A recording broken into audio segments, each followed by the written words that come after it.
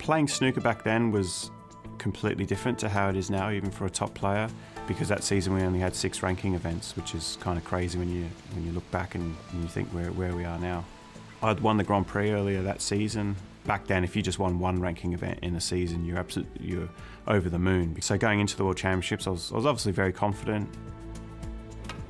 Fergal was still a player very much sort of competing for the top 16. As he potted it, unbelievable if that goes in. I did a big clearance to go 8-5 in front to win on the black. Then I sort of like saw out the rest of the match pretty comfortably. You are a former world champion.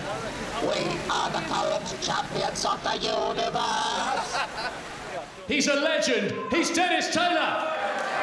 Steve Davis.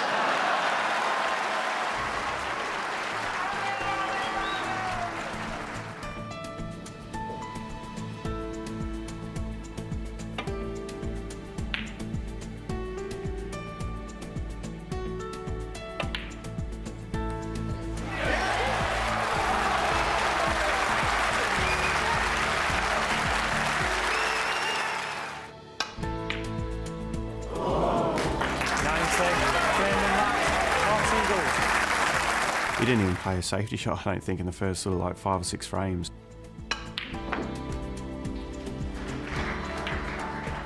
I went 6-0 down and he really put me on the back foot, and I missed a couple of balls where, you know, he was applying pressure to me that I didn't really expect at all.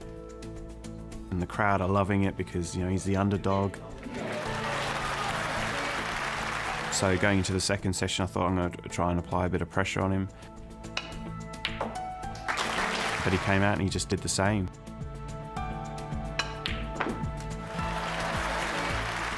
So going into that final session, if I could keep him on 11 for as long as possible, I know how pressure can turn around, and I know that the crazy balls that he was going for will match. All of a sudden they don't go in. Oh, you're kidding. Martin Gould, 26. I'm not too sure now whether he can win the match, having seen that shot missed. Thank you.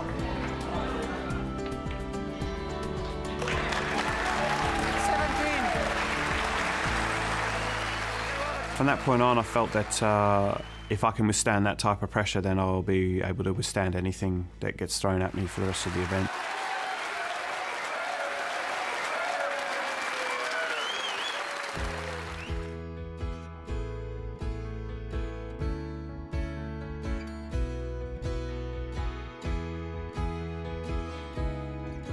This for a little bit of Crucible history.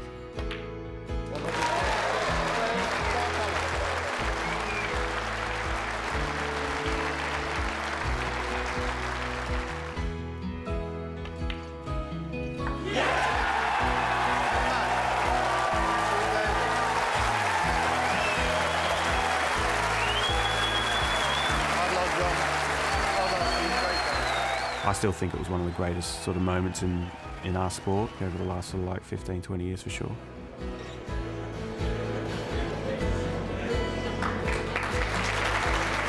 The table wasn't playing particularly great, so it was quite hard to maintain good cue ball control, and Steve's potting wasn't as good as what it was when he was at his best.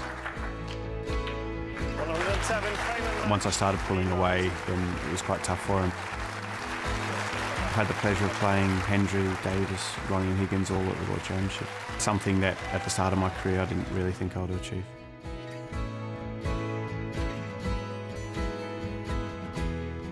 I knew that I could exploit perhaps his temperament at the time, I think. Sometimes if things went wrong in matches, he could have a couple of bad frames.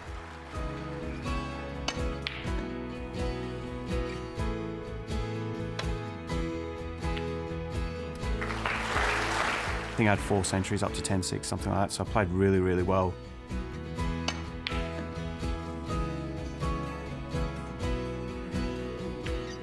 Going into last session, I was 15-9 in front. Ali won the first 3 frames of the session. The crowd were really behind him because they wanted to see a close match. You just want to get it over and done with at that point, and so I had to refocus my mind and got the job done pretty comfortably in the end. Robertson, that's it. Being the first semi-final was a pretty good advantage. You get to, once you do all the media and everything like that, You do it a lot earlier than the other semi-finalists. When I turned my mobile phone on after doing all of that, I got a voice message from my mum. She's like, we made the decision to fly over for the final because we had to make that call early on in your semi-final. We're just leaving Singapore now. I'm, like, my world just completely turned upside down. That all of a sudden just put a ridiculous amount of pressure on me.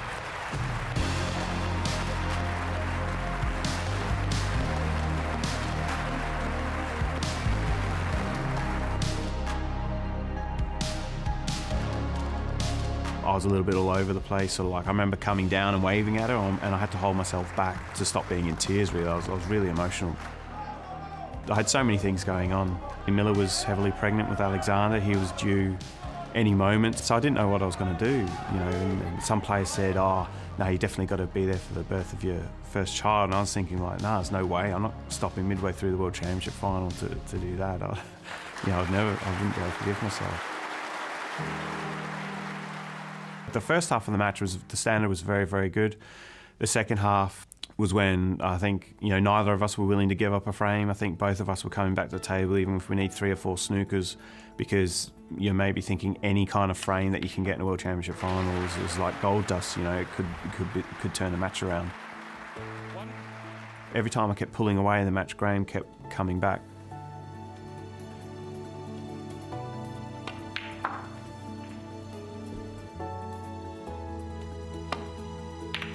I just had to keep believing in everything that I was doing. Thank you. Frame 31, near Robertson to break. I knew going into the last session that if it was a little bit of a slog, then I think I'd come out on top physically, because Graham had played that second semi-final. He does look a bit tired, doesn't he? And he put everything into that. I was pretty comfortable. I knew that Graham didn't have anything left in the tank.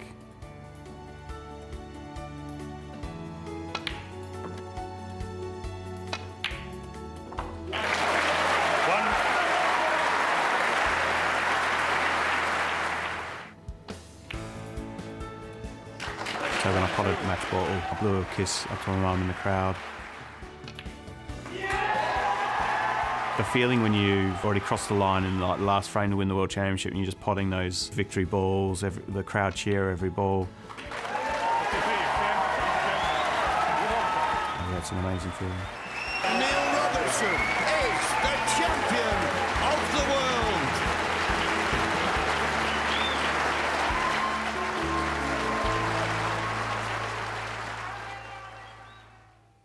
What a player the Australian is. Great memories, Alan. I remember it well. You know, Dottie, my little mate, he was in there, you know, fighting with him in the final. But the Thunder was awesome that year. I mean, he played. We actually hadn't seen how good he was going to be up until that point, and then you thought, who is that? Where does this guy come from? He's knocking everything in, and he's big, he's powerful, he dominates you, and it was the kind of... He'd won tournaments before that, but at that point, I remember thinking, this guy could win 4 or 5 of these things, you know. Oh, really? Oh, absolutely, yeah, he was that good. So with that in mind, so he obviously hasn't won any since 2010. He made history by doing that. Do you think he does have the potential to push on and win more? Oh, there's no doubt. He's won everything else there is to offer, you know. I do think he's too good not to win it again, but he's had some problems down here, and you know, over the last 8 or 9 years, when he's been expected to do well, he keeps running into. Last year he ran into Higgins, who'd beat him 13-10, I think it was. Right. This year he ran into the Jester. So there's so many difficult guys to beat here, one after the other. You know, you can get an open guy, you've got to get better at him, figure out the next guy. It's so tough here, you know, over the long period. Best team win. Yep. Cheers, bud. So, come on in, give us a prediction. I think we'll have just a little bit too much for you guys, I think probably 3-1 to us, I think. Oh, just about get there 3-1, yeah? That sounds really good. So, it's a different time at the moment, Neil, in the world, and especially for snooker and snooker players. So how's your preparation been for this year's World Championship, and are you looking forward to it as much as ever? My practice has been going really well. I was able to practice at Django's Academy during lockdown, where it would just be myself going in. So yeah, so it was all set up very professionally, and I was still able to practice. Yeah, my preparation, it's never been better, because I think that last maybe couple of years I had long seasons going in. I think especially last year where I got 4 finals in a row coming in here, I was really kind of struggling just to like, you know, keep that kind of hunger going after playing so many matches in a short period of time. And so I guess now everyone's really fresh. Oh! Yes! Captain America! I can't believe it. That is just, you can say what you want about your team. That is all about how bad Arsenal are at defending. Not many things surprise me when I read about snooker stuff, but I read something a little while ago and I was shocked to see your record at the World Championship since you won it. You'd have to say, for someone of your stature, your record's been pretty poor since you won the world title. Yeah, it has. It was, I mean, in 09 I got to the semis and I won it in 2010, and then back to the semis in 2013-14. A few quarterfinals, but I mean, not being at the semi-final stage since 2014, I think is the real surprising thing. I think I've been a little bit slack in the safety department, where I haven't maybe really tried to put my opponent under a lot of pressure and make it as hard as possible. I thought maybe, well, eventually they'll leave a long one, I'll knock it in, and then I'll win the frame. And if you look at the players that have been beaten by here, it's not really been players who have been, what you'll call very aggressive kind of players. It's been the ones who have outfought me tactically. So you have to just outplay your opponent. You can't rely on pressure to, get chances off your opponent missing. Goal. Yeah, he's offside. Unbelievable. What a finish. What a finish that was. Got away with one there. Oh, that would have been, the ball that would have been an FA Cup cracker, wouldn't it? Hopeful ball up. He's through. Oh, he's through, Neil. God, he's through. What's he doing? Has he pulled him back there? Red card. Penalty, red card. Get in there. Come on, Big Willie. Willie. Get in there. Can't save them, Neil. Yeah, even if you went the right way, you probably wouldn't have got to that. That is the perfect penalty. You happy with Arteta then, so far? Yeah, I think he's doing an okay job. I think give him this transfer window, see what happens. This year you're playing a very tough opening first round with Liang Wenbo, someone who won't be daunted by playing, Neil Robertson. Do you prefer that? Does that focus you instantly, or do you like probably a game where you're more of a big favourite coming in just to settle into the tournament? I think it depends on the player's characteristics. I think with Liang, it's going to be interesting to see how he plays without a crowd compared to a crowd. I think sometimes it works for him and against him. Sometimes he kind of gets really revved up by the crowd and stuff, and he plays really well. You never really know what you're going to get with him. He's a top quality opponent who plays the game that's sort of like suited to me in a way where he tries to score, he tries to, he's very attacking, which is good. He doesn't really try to bog frames down or anything like that. And he's a very tough first round draw. Right, Neil, that's half time. I've got to go and do some proper work on a proper sport. 1-1 to the Arsenal. I've seen enough. We're going to be FA Cup champions yet again. We'll Enjoy see. the Crucible.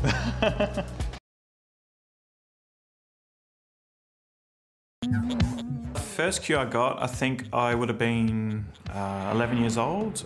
For my birthday, I got I think it was a Barracuda silver medal.